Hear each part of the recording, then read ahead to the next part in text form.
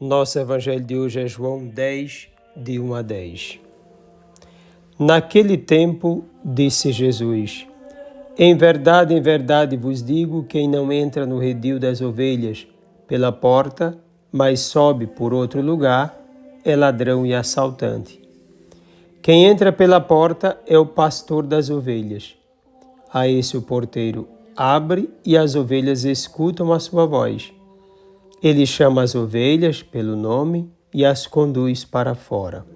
E depois de fazer sair todas as que são suas, caminha à sua frente. E as ovelhas o seguem, porque conhecem a sua voz. Mas não seguem o estranho, antes fogem dele, porque não conhecem a voz dos estranhos. Jesus contou-lhes esta parábola, mas eles não entenderam o que ele queria dizer. Então Jesus continuou: em verdade vos digo, eu sou a porta das ovelhas. Todos aqueles que vieram antes de mim são ladrões e assaltantes, mas as ovelhas não os escutaram. Eu sou a porta. Quem entrar por mim será salvo. Entrará e sairá e encontrará pastagem. O ladrão só vem para roubar, matar e destruir.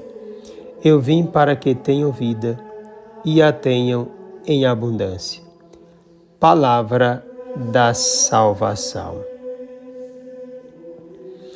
Esse texto tem como base o capítulo 34 de Ezequiel, refletido na festa da dedicação estabelecida por Judas Macabeu em 164 a.C., que tinha como finalidade comemorar a restauração do templo depois de sua vitória sobre Antíoco IV Epífanes. Desde o profeta Ezequiel, as lideranças judaicas agiam de modo contrário à função que desempenhavam, explorando e usurpando o povo de Deus. O profeta sente a necessidade de uma transformação nesse pastoreio e anuncia a vinda do próprio Deus como pastor. Além desse texto, João também procura explicar a atitude de Jesus em curar o cego de nascença no capítulo 9 e também mostrar para a sua comunidade, que vivia em meio às perseguições e entre tantos assombros de falsos messias, quem era de fato o verdadeiro pastor. Ao fazer isso, também queria revelar a todos como deveriam ser os líderes autênticos.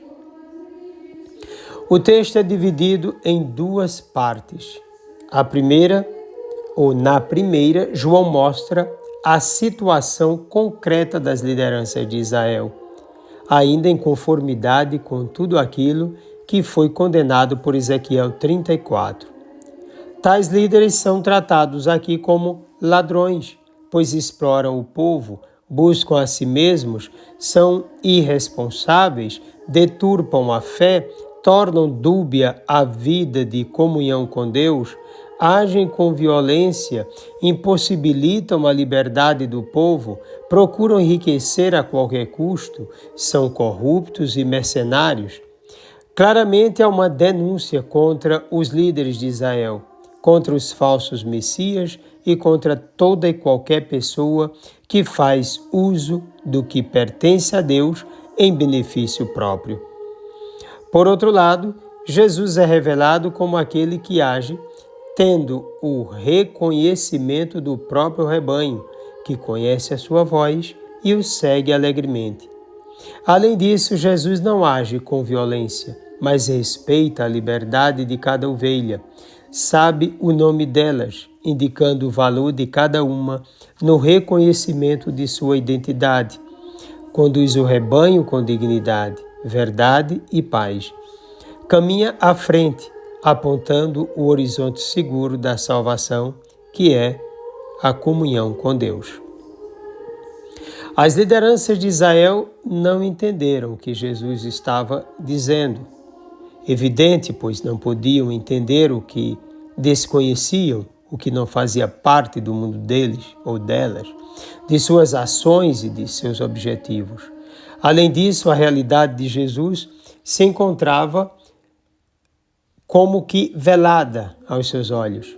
Havia uma tremenda dificuldade em enxergar a grandiosidade daquele homem de Nazaré. Alguém tão sábio, santo, taumaturgo, de verdade, inspirador, altamente compreensivo e misericordioso. Então eles, os fariseus, não entendiam o significado da vida de Jesus, sua realidade e seu objetivo salvífico. Para eles, toda a vida de Jesus era uma parábola incompreensível. Da mesma forma, ainda hoje, muitos não conseguem entender a novidade de Jesus, o modo novo, eficaz e verdadeiro de condução humana, porque insistem na cegueira do poder, da busca de si mesmo, da manipulação dos outros, de se colocarem como senhores uns dos outros. Certamente, tal forma de vida é incompatível com aquela vivida e proposta por Jesus para a libertação de todos, inclusive das lideranças. Na segunda parte, Jesus se define como porta, dando ao termo um significado cristológico, preciso e absoluto, em dupla direção. Uma referente aos líderes, outra referente ao próprio povo. O termo porta carrega consigo o significado de possibilidade de entrada e saída, de liberdade e de senhorio, de segurança e proteção. Nesse sentido, ou neste caso, Jesus se apresenta como aquele pelo qual o rebanho tem acesso livre às verdes pastagens, à vida fora dos muros. É também aquele pelo qual o rebanho tem acesso à comunhão com Deus, pois ninguém vem ao Pai senão por mim. As lideranças que querem chegar ao povo necessitam passar por Jesus. Caso contrário, serão como ladrões e salteadores, procurando abrir brechas no curral ou saltando os muros, como desconhecidos, violentos e inimigos. Por outro lado, o povo também necessita passar por ele para fazer parte do reino de Deus e alcançar a salvação. Pois ninguém será salvo, ninguém terá a verdadeira vida fora de Jesus Cristo.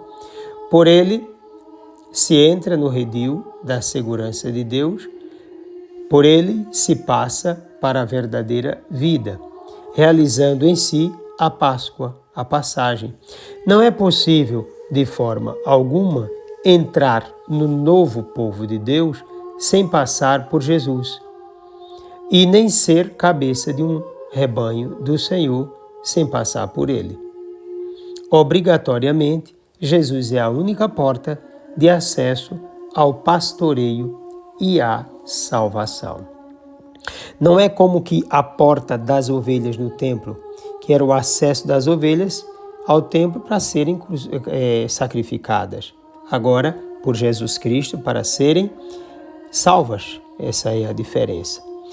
E outro detalhe, cada cristão, por exemplo, que se torna pastor nesse rebanho, deve passar por Jesus, porque é em nome de Jesus que deve agir em função do rebanho, que é de Jesus, pertence a Jesus. Nós somos constituídos pastores participantes da vida do Cristo, para o bem do seu rebanho. Desça sobre ti a bênção do Deus Todo-Poderoso, Pai, Filho e Espírito Santo. Um forte e carinhoso abraço.